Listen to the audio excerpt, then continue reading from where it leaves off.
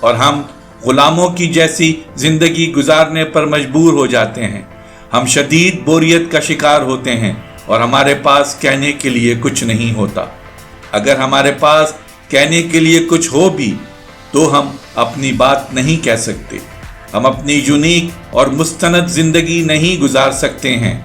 ہمیں معاشرے کا ایک عام فرد بن کر زندہ رہنا ہوتا ہے۔ ہر حالت میں خوف ہمارے ساتھ ہوتا ہے، خوف جو ریل کی پٹری کے ساتھ دوڑتا ہے، خوف جو مشین کے پہیوں کے ساتھ لپٹا رہتا ہے۔ یہی خوف ہماری موت کا سبب بھی ہے۔ ہمارا معاشرہ اسی خوف پر تعمیر کیا گیا ہے۔ زندگی اتنی تکلیف دہ ہوگی کہ زندہ رہنے سے بہتر یہ لگتا ہے کہ ہم کسی مرنے والے کا تابوت بن جائیں۔ واہمیں اور موت ہماری تقدیر ہیں۔ ہم موت سے بچ نہیں سکتے۔ سڑک پار کرتے ہوئے مرتے ہیں یا کسی ناگہانی موت سے مرتے ہیں، اور اگر ان سے بچ بھی گئے تو کوئی ہمیں مار دیتا ہے۔ عذرا عباد سنسیٹ کلچر کی شاعرہ ہے اور بنیادی طور پر ٹھوس حقیقتوں میں یقین رکھتی ہے، اسی لیے حقیقت نگار ہے۔ یوں تو حقیقت نگاری فرانس سے شروع ہوئی تھی، لیکن ہمارے ادب پر اس کا بہت گہرا اثر ہوا۔ پریم چند، منٹو، عصمت یہ حقیقت نگار ہیں جو فنکار زندگی سے جتنا قریب ہوتا ہے اتنا ہی بڑا فنکار سمجھا جاتا ہے، اور اسی کے ساتھ ساتھ ہر فنکار کو یہ حق حاصل ہے کہ زندگی کا جو انکشاف اسے حقیقت نظر آئے اسے اپنے آرٹ میں پیش کرے۔ حقیقت نگار زندگی کے کسی پہلو کو حقیر اور پست نہیں سمجھتا۔ عذرا عباس بنیادی طور پر حقیقت پسند ہے، لیکن اس کے یہاں تاثیریت اور اظہاریت دونوں موجود ہیں۔ اگر کہیں جنس کا ذکر آ گیا ہے تو یہ حیرت میں ڈالنے کے لیے نہیں ہے، بلکہ اپنا سچا اظہار کرنے کے لیے ہے، اور اس کا گہرا تعلق نظم کی ساختی وحدت سے ضرور ہوتا ہے۔ عذرا عباس کے یہاں شہری زندگی اور صنعتی زندگی کے مسئلے اپنی پوری شدت کے ساتھ نظر آتے ہیں۔ ریستوران، شور، نیون سائن، گاڑیاں، ریل کی پٹریاں، مشین کے پہیے، فحاشی کے الزام میں پکڑے جانے والے مرد اور عورتیں، گالیوں میں لتھڑے ہوئے لفظ، گلی میں جھگڑا کرتی ہوئی آوازیں، اور ایسی صورت میں وہ کہتی ہے میرے خواب پھانسی پر چڑھا دیے گئے ہیں اور میرا بچہ میرے پیٹ سے چھین لیا گیا ہے۔ اس کی یہ خوبصورت نظم کا عنوان ہے میرا سایہ۔ اس نظم کا موضوع اس کا منفرد وجود ہے۔ وہ کہتی ہے کہ جب اس کا ان اوتھینٹک یعنی غیر مستند وجود جو عام انسانوں کی طرح ہوتا ہے لوگوں کے سامنے ہوتا ہے تو وہ اسے نہیں پہچانتے، اس کے وجود کو محسوس ہی نہیں کرتے، کیونکہ ایسی صورت میں لوگوں کو اس کے ایک علیحدہ شخصیت ہونے کا احساس ہی نہیں ہوتا۔ وہ کہتی ہے انہیں میرے جرم دکھائی نہیں دیتے، اسی لیے وہ مجرموں کی فہرست میں میرا نام بھی نہیں لکھتے۔ کوئی دعوت نامہ مجھے اس لیے نہیں بھیجا جاتا کہ میں معاشرے میں اپنی الگ کوئی شناخت نہیں رکھتی۔ لوگ مجھے قطار میں کھڑا ہوا بھی نہیں دیکھتے، حالانکہ میں قطار میں ہوتی ہوں، لیکن معاشرے کو میرا وجود نظر آتا ہے، معاشرہ مجھے قتل کر دیتا ہے۔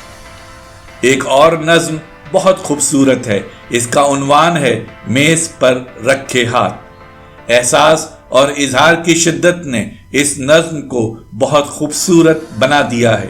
یوں لگتا ہے جیسے یہ نظم سرولیسٹ تکنیک میں لکھی گئی ہے، حالانکہ شعوری طور پر اس نظم میں کوئی تکنیک نہیں برتی گئی ہے۔ اس نظم سے ظاہر ہوتا ہے کہ ہمارے عہد کے فنکار کس طرح خود سے اجنبیت کا شکار ہیں۔